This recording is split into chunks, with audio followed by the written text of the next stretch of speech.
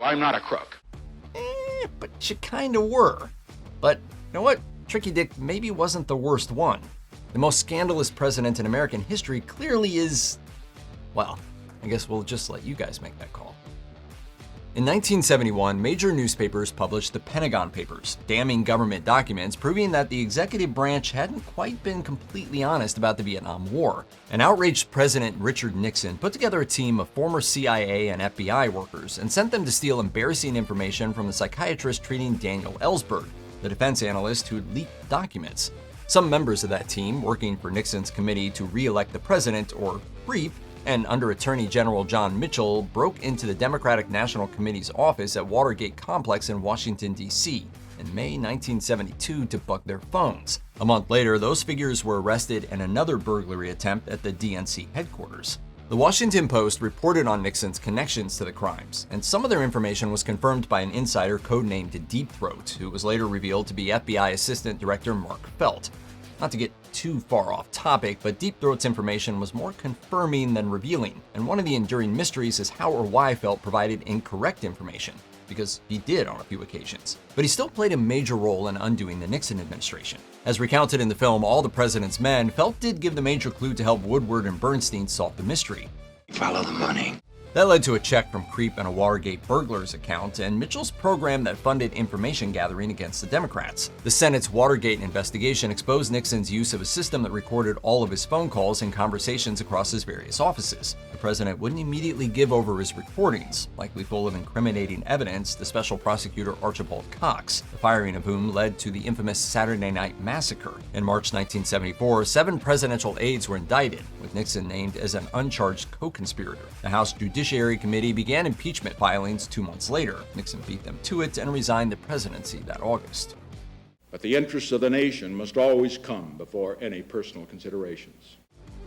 In 1994, the Washington, D.C. District Court hired Kenneth Starr to serve as the independent counsel in an ongoing investigation into President Bill Clinton, following allegations of financial impropriety in the years before he was elected president in 1992. Then in 1997, attorneys representing Paula Jones in a sexual harassment lawsuit against Clinton learned that an intern who'd worked at the White House in 1995 had possibly engaged in an affair with the president. That intern, Monica Lewinsky, was subpoenaed, and she swore in an affidavit in January 1998 that no physical relationship had ever taken place. Days later, Lewinsky's former coworker, Linda Tripp, told Starr's office that she had audio recordings of Lewinsky discussing her encounters with Clinton. Slick Willie, on the other hand, dropped this zinger.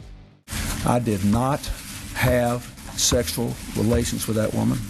Authorities offered Lewinsky legal immunity if she testified against Clinton. She then admitted that the relationship had happened while Clinton had denied it in another deposition. That constituted lying under oath and obstruction of justice in the Jones case, both impeachable crimes according to Starr in a report to the House Judiciary Committee. After infamously declaring that he did not have sexual relations with that woman, Clinton came clean to the nation in August 1998.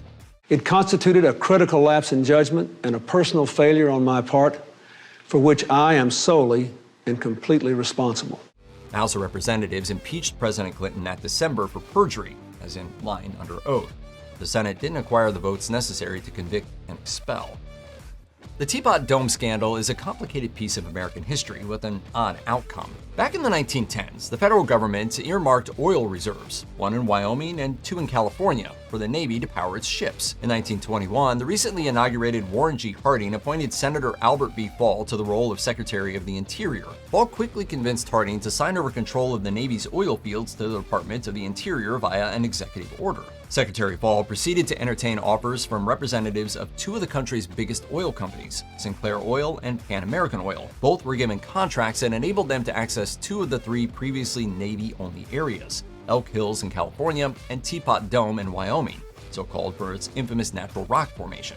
All of the arrangements had been made in secret with Harding's approval, but when privately held oil companies set up shop on government land, a group of U.S. senators was enraged over what appeared to be corruption and special deals. They appeared to be those things because well, they were those things, as no one besides Sinclair and Pan American had been allowed to place bids. The Senate Committee on Public Lands and Surveys looked into the matter and found that Fall had accepted bribes in excess of $400,000 in cash and bonds from the oil companies in exchange for the right to drill. By the time the full scope of the Teapot Dome came to light, Harding had died and Fall had resigned his post. The weird thing is that Harding is recalled as a corrupt and inept president due to the Teapot Dome scandal, but during his life, very little of the scandal was public. There's also a bit of speculation as to how much Harding really knew about the bribery. In 1929, on the very Black Thursday stock market crash, Albert Fall was convicted of bribery in the Teapot Dome scandal.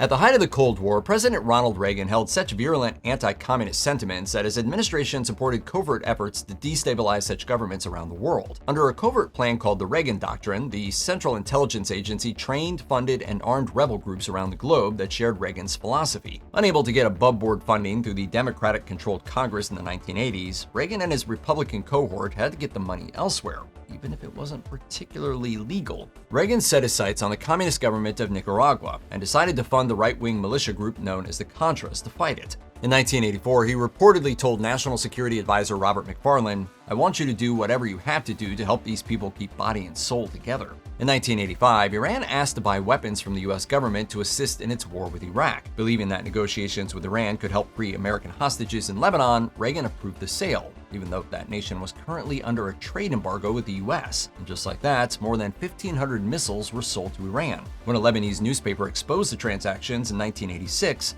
President Reagan appeared on television and denied everything.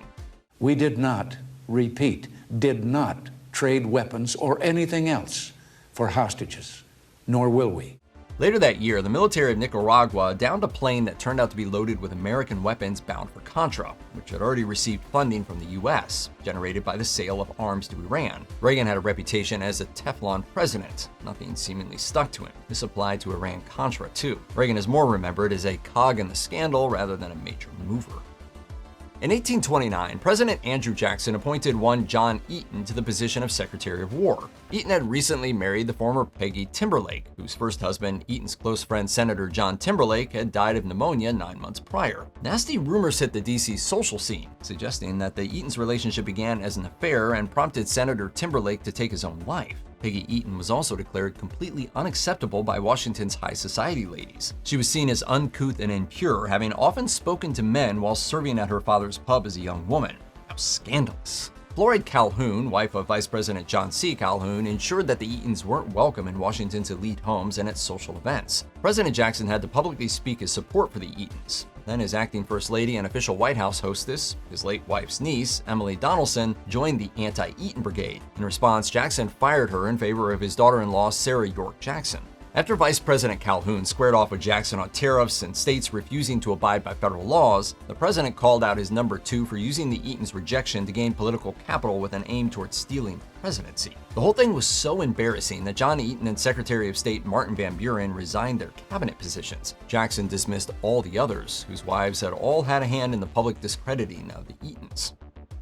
When Abraham Lincoln ran for re-election in 1864, the progressive Northern Republicans dumped Vice President Hannibal Hamlin in favor of Tennessee's military governor Andrew Johnson. They did so as a means to drum up Southern support, as well as to present a united front for when the war wrapped up and beyond. When Lincoln was assassinated in 1865, the post-war Reconstruction efforts fell to the new President Johnson.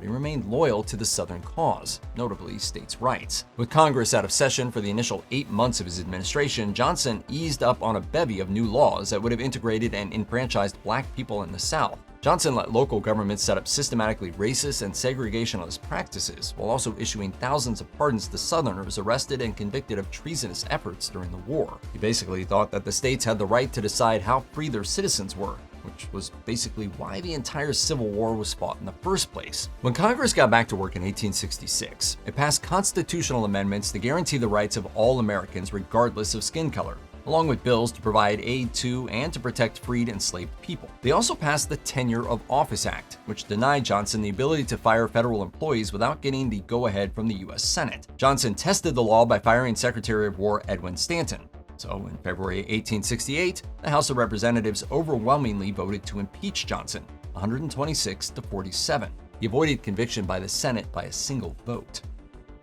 New York Governor Grover Cleveland won his first of two non-consecutive elections in 1884 despite an ugly scandal. In 1874, a time in history when physical relationships outside the confines of marriage were very much frowned upon, Cleveland engaged in an affair with a Buffalo woman named Maria Halpin. The tryst produced a son, born with the last name Cleveland, who was subsequently adopted, while Halpin was sent to a mental health institution. When the story broke nationally in July 1884, representatives from Cleveland's campaign confirmed several details. Their explanation was that it happened because the politician hadn't been married at the time, and that Halpin was well known around Buffalo as being promiscuous. Cleveland, as the only bachelor who'd been intimate with Halpin, claimed paternity even though he wasn't 100% sure he actually was the biological father, and aided in the adoption process. But that's not exactly how it went down, at least according to Halpin. She testified that Cleveland had been attempting to woo her for some time, and after she consented to a dinner, he followed her home, assaulted her, and threatened to ruin her life if she were to report the crime. When a child was born, he was forcibly taken away from Halpin and she was institutionalized. On the campaign trail, rivals taunted Cleveland with the slogan, "Ma, Ma, where's my paw?" In August 2001, President George W. Bush was given a classified briefing called Bin Laden Determined to Strike in U.S. It detailed how al-Qaeda terrorist leader Osama bin Laden was planning stateside revenge for late 90s American attacks on Afghanistan. And we all know that report was accurate. As part of the political and military response, the U.S. deployed troops to Afghanistan to locate and punish bin Laden. While that occupation and war raged, the Bush administration turned its focus to Iraq and its leader Saddam Hussein, suggesting a connection for responsibility for the events of 9/11. No such link was ever firmly established, but the Bush administration insisted that Hussein was building a stockpile of so-called weapons of mass destruction. They argued that military intervention was required, and after an impassioned speech from Secretary of State Colin Powell to the United Nations Security Council, the U.S.-led coalition invaded Iraq in March 2003. This will not be a campaign of half measures, and we will accept no outcome but victory. With tremendous military firepower unleashed, President Bush participated in an address from the u.s.a. Abraham Lincoln aircraft carrier on May 1st, and famously stood in front of a banner declaring "Mission Accomplished." Even though the banner implied that the war was over and America had won, no weapons of mass destruction were ever found, or at least no weapons of mass destruction that were described by Powell. There were some leftovers from the Iran-Iraq war, but nobody's looking for or cared about those. Nonetheless, Hussein was captured, tried, and executed. Civil War General Ulysses S. Grant was elected President of the United States in 1868, and his administration was beset with bribery scandals. His close associates, tycoon investors Jim Fisk and Jay Gould, used fraud and bribes to prevent a takeover of their Erie Railroad. Their attempt to take over the gold market led to an industry collapse and financial crisis in 1869 after they convinced Grant to back away from a gold-based economic improvement plan. Civil War-era taxes on alcohol remained in effect during Grant's administration. They were so high that Midwestern alcohol makers found it cheaper to forego payment and bribe tax collectors instead. Leaders from Grant's Republican Party wanted in, so in 1871 they formed what they claimed to be a fundraising organization for 1872 election candidates, but was really a bribe-collecting mechanism called the Whiskey Ring. Each member, which also involved distillery and treasury employees, managed to siphon an average of $60,000 each. That's the modern-day equivalent of $1.2 million. The leader of the operation was General John McDonald, a friend of President Grant and the appointed head of the Tax Collection Department. His second in command was Grant's personal assistant, Orville Babcock. After Treasury Secretary William Richardson resigned over a different tax scandal in 1874, his replacement, Benjamin Bristow, discovered the Whiskey Ring and broke it up. More than 300 individuals were arrested, many of them closely linked to the president. What's worse than a single impeachment? Try two. To me, impeach is a very ugly word. It really means a high crime and misdemeanor. In 2019, Donald Trump became the third American president to endure the impeachment process. The House of Representatives levied 2 articles of impeachment: abuse of power and obstruction of Congress. They alleged that Trump had sought out assistance from Russia to help him retain his office, and then actively blocked attempts by officials to carry out an investigation. The U.S. Senate, controlled by Trump's Republican Party, acquitted the president of both charges.